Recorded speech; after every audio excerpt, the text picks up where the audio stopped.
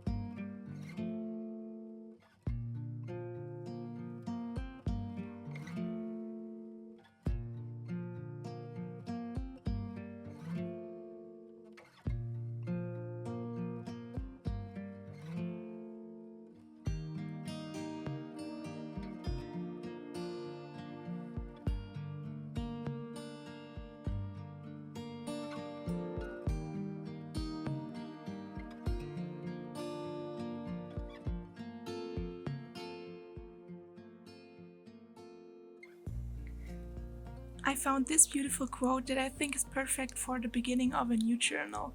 The pages turn, the story grows. Isn't that just perfect?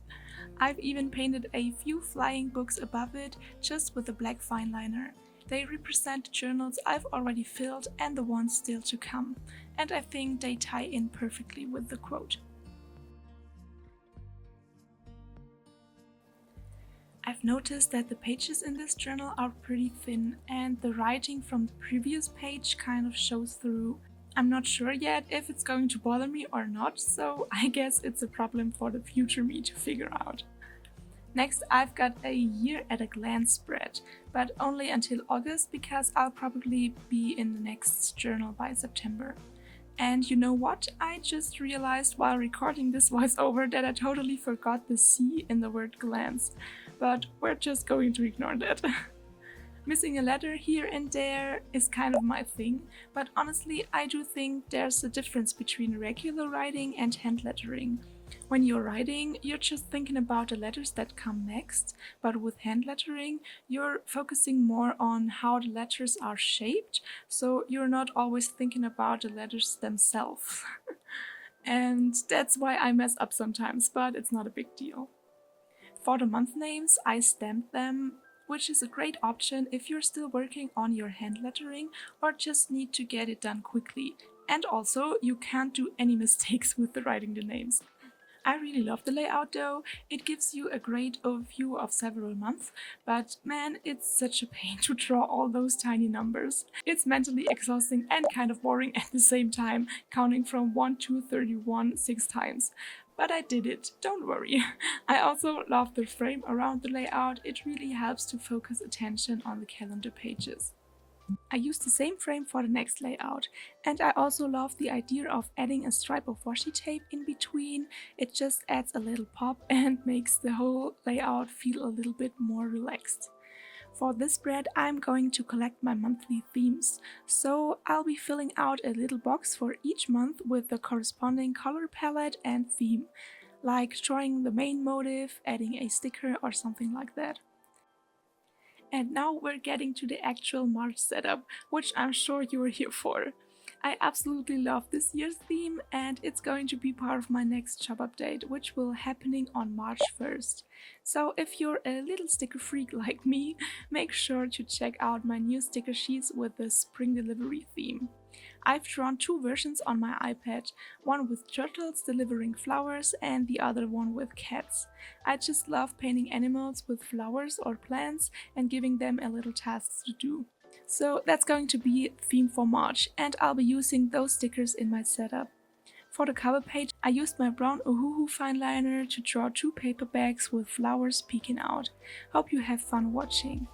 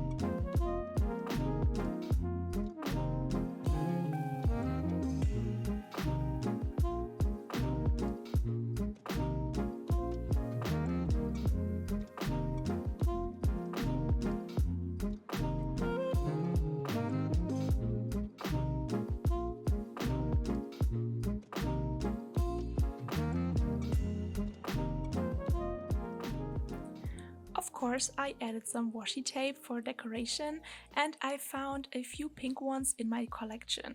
Honestly, I don't think there's any color I don't have. I didn't even mention this earlier, but the colors I used to fill in the flowers are new. I'm really in love with these soft pastel tones. It's always so hard for me to buy new colors because they're either too bold or don't really match with each other. But the Mildliner pastels are so beautiful, and I have this nice thin tip on one side and the mark tip on the other. I'll link all the materials I used in the description box in case you're interested. After adding the washi tape, I just stuck a few single flower stickers on and the cover is done. How do you like it? Feel free to let me know in the comments.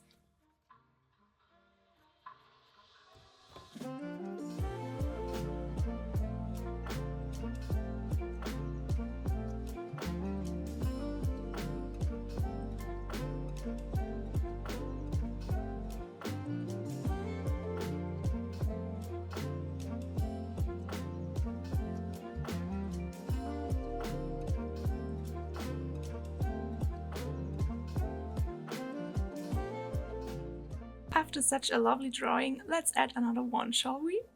For the calendar page, I incorporate the title into a drawing, just like on the cover. I think it's such a fun idea to switch things up a bit.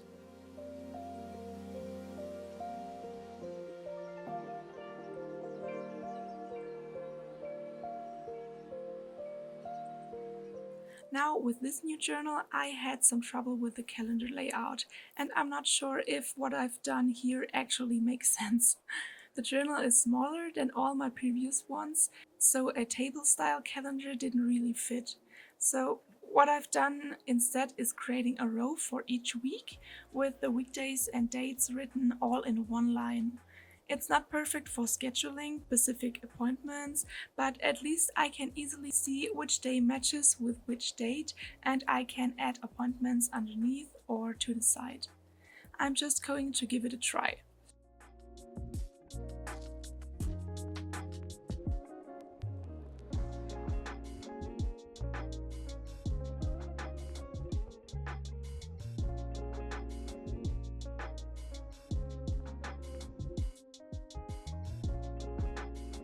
In the top right corner, I'm adding one of my favorite stickers, the turtle carrying its delivery basket on its back. Isn't it just so cute? I absolutely love it. And that's the page done.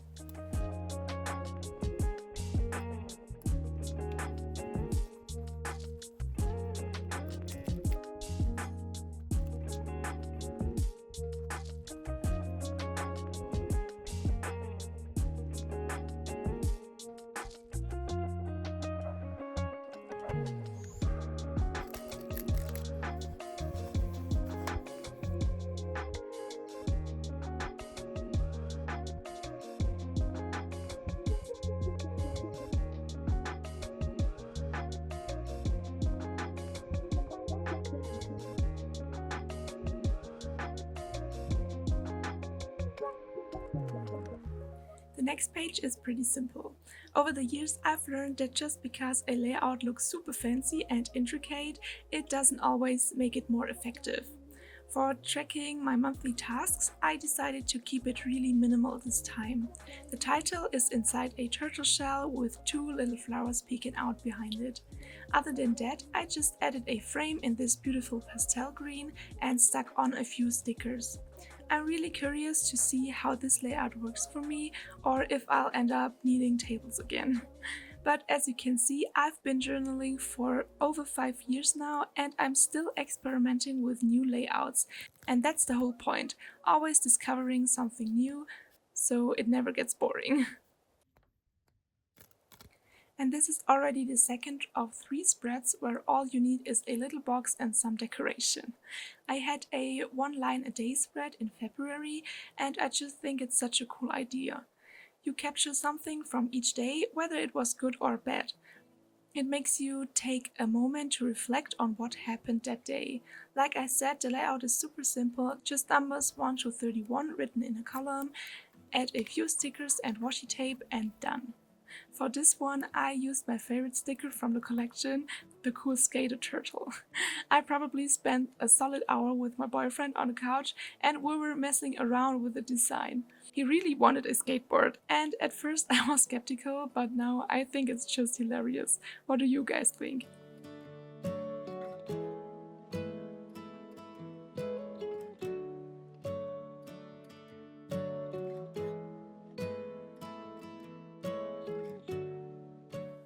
One thing that's almost always in my journal is a page for reflecting at the end of the month. For me, it's important to think about what went well and what didn't, so I can improve and avoid making the same mistakes over and over, or getting stuck just because I haven't taken the time to think about how I can do better. I also messed up the title again. I wrote a review across 2 lines, but I was way too confident that growth would fit in 1 line, and well, it didn't. Now it's pretty much unreadable, but hey, maybe it was meant to be like that. Anyway, not everything is perfect with me, sorry guys. I drew the frame with this beautiful pastel pink and kept adding little stars, dots and hearts all over. At the top I've written 2 questions. What went well and what can I improve? Other than that, in the bottom of the layout, I've got a space to write down my favorites. I always think it's fun to look back at them, especially when you compare them to other months. And right at the bottom, I write down one goal that I want to keep in mind for the next month. And here's another one of my favorite stickers. The lazy sleeping cat is snoozing in the flower shop, and the rat is pointing at the screen where all the orders are piling up. I'm feeling a little proud at the moment.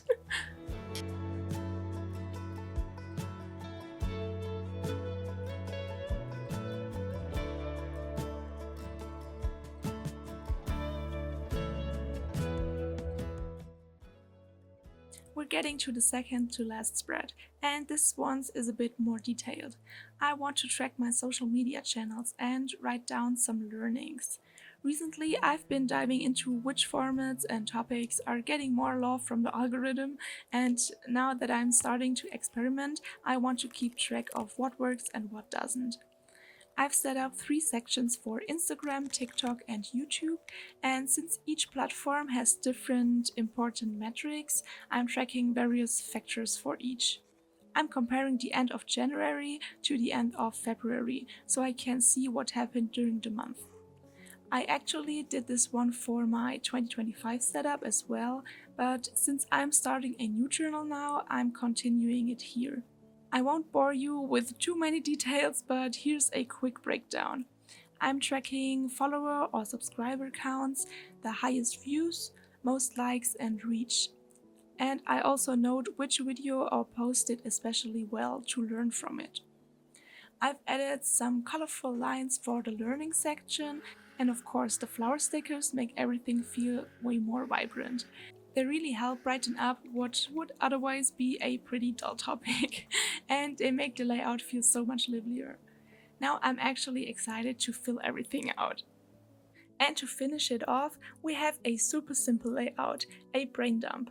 Lately I've been feeling like my head is just overflowing with thoughts, and it really helps me to write down a random thought or just doodle around without expecting anything to come out from it. I'm actually thinking about whether I should color in all the titles, like the turtle shells and the flowers in the bags, but I can always do that later when I'm filling out the layouts. Maybe that's not a bad idea at all. It'll give me something to unwind with, like coloring in a color book. So for this spread, I just painted the title, drew a frame and added some stickers. I just love how quick and easy it is to use stickers, and it always looks so nice. If you've made it this far, thank you so much for watching, it means a lot. I really hope you'll stick around for the flip through, where we'll take a closer look at all the pages again. Thank you for being here and supporting me. Don't forget to like, subscribe and leave a flower emoji in the comments. I'd love to hear from you. I'm looking forward for the next time. Have a wonderful March and see you soon. Bye!